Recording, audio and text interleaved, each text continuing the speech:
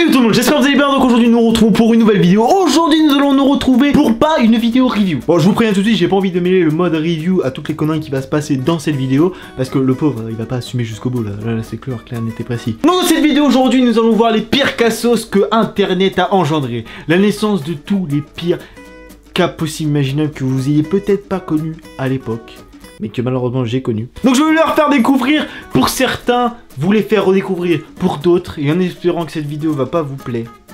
Parce que sinon vous avez des goûts chelous. Si vous kiffez les cassos là, c'est bizarre quand même. Donc si c'était pas laisser un pouce bleu, on est parti tout de suite. C'est parti. Vous vous souvenez tous du DAB? Bon, il y a quelques temps, c'était il y a moins d'un an. Le DAB, vous avez tous connu, c'était l'événement fatidique qui faisait que le style a pris un coup, mais dur à la France. À partir du moment où tu sais que même les mecs politiques ont voulu en faire, et que même les footballeurs se sont mis pendant un moment, et que du jour au lendemain, plus personne n'en parlait, et bah on a eu des petits cours.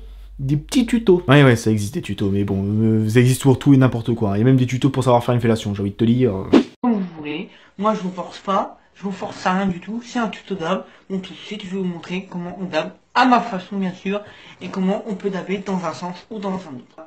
Et le bras là, on plonge comme ça, on plonge comme ça, on plonge comme ça, on plonge comme ça, et on plonge comme ça. C'est tout simple. C'était mon petit tuto dab, j'espère que cette vidéo vous aura plu. Donc voilà, c'était comme je vous ai dit, vous avez été nombreux à me demander ça, donc voilà, je vous ai fait un petit tuto dab.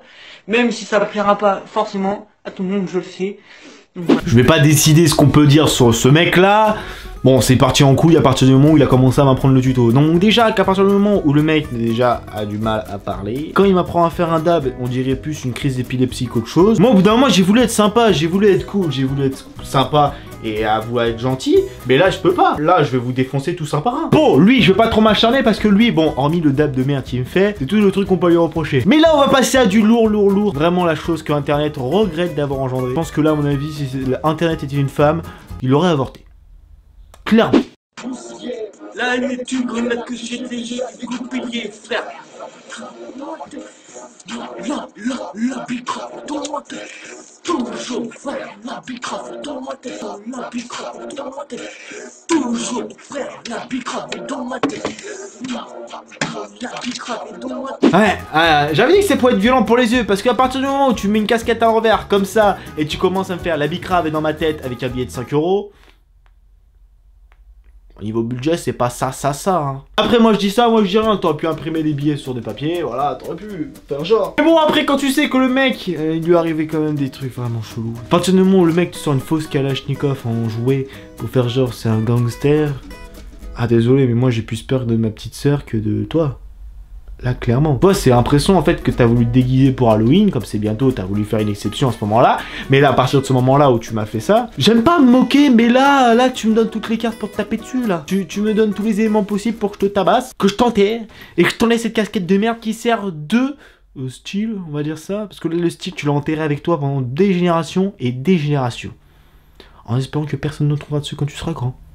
Ce serait ballot. Attention, maintenant je vais vous présenter deux gros mastodontes que Internet a engendré. Aujourd'hui nous allons parler de Sherilyn et Nicolas. Qui n'a jamais connu Sherilyn et Nicolas, nos parfaits playbacks, ceux qui ont repris des chansons par milliers, qui ont voulu nous faire les pires covers que je n'ai jamais vus de toute ma vie.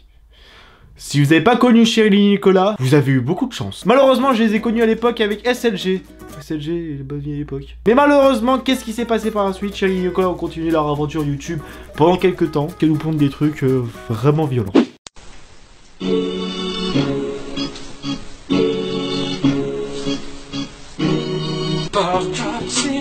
Et j'ai dû côtoyer de papier. Là d'après je vous dis c'est pas vrai. Papa maman les gars désolé. Je sens comme une envie de m'isoler. Si les frères veulent me barrer, rejoins tous les miens les Dingali. Oui c'est Alcatraz. Ah, quand je vous ai dit que le style, tout ça, ça partait en couille, à partir du moment où Sherilyn et Nicolas ont commencé à nous sortir des clips comme ça, là j'ai commencé à péter un câble. Là je me suis dit que c'est à ce moment-là que Section d'Assaut a commencé à faire faillite. À partir du moment où ils ont Section d'Assaut, ils ont fait ah ben on a ce genre de fans. On arrête tout les gars, on arrête tout. Section d'Assaut, Maître Gims, Black M, allez faire vos trucs de vos côtés, laissez-nous tranquille. Là, c'est plus possible. Ah mais je vous dis que à ce moment-là, ils ont fait tous les artistes. Et bizarrement, tous les artistes qu'ils ont fait, hormis quelques-uns, on les entend plus aujourd'hui. À mon avis, Sherilyn et Nicolas, ils ont dû avoir un effet néfaste sur leur carrière, ces chanteurs. Ah moi je te dis ça, je dis rien. Ah bizarrement, Orelsan à un moment on l'a plus entendu. moi je te dis, ils avaient un certain pouvoir. Et enfin, le boss internet qui connaît tous, Alex du 13. Ouais, Alex du 13. Qui ne se souvient pas de cette magnifique chanson de Alex, de sa casquette trop grande, de son crâne, à mon avis difforme vu la casquette qu'il avait. Mais. Pour vos yeux ébahis, j'ai décidé aujourd'hui de vous le faire revivre. Bon courage à tous. Et pour ceux qui avez les oreilles, c'est par là, après. On se retrouve après.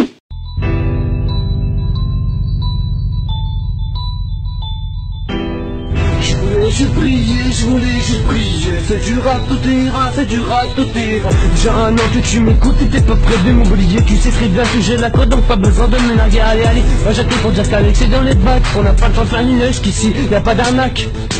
Je voulais juste briller, mais j'ai touché le sang. La présence j'aime relever, et j'ai tout dégommé. Avant je faisais du son, pour rigoler. Maintenant je fais du son, pour me démarquer. Ah, quand je vous avais dit que là ça pouvait vraiment faire signer les tympans de putain. Ouais, mais quand je vous dis que là on avait touché le bas-fond du rap français, là on pouvait clairement insulter les gens. Là c'est à partir de ce moment là qu'on a commencé à comprendre que Internet partait en couille et que là fallait commencer à se calmer au niveau de la connerie humaine. Désolé mais Alex, là fallait commencer à arrêter les conneries. Surtout quand t'as commencé à dire que ça fait un an que tu existes et que tu vas jamais oublier. Si, on t'a oublié, je te rassure, on t'a bien oublié.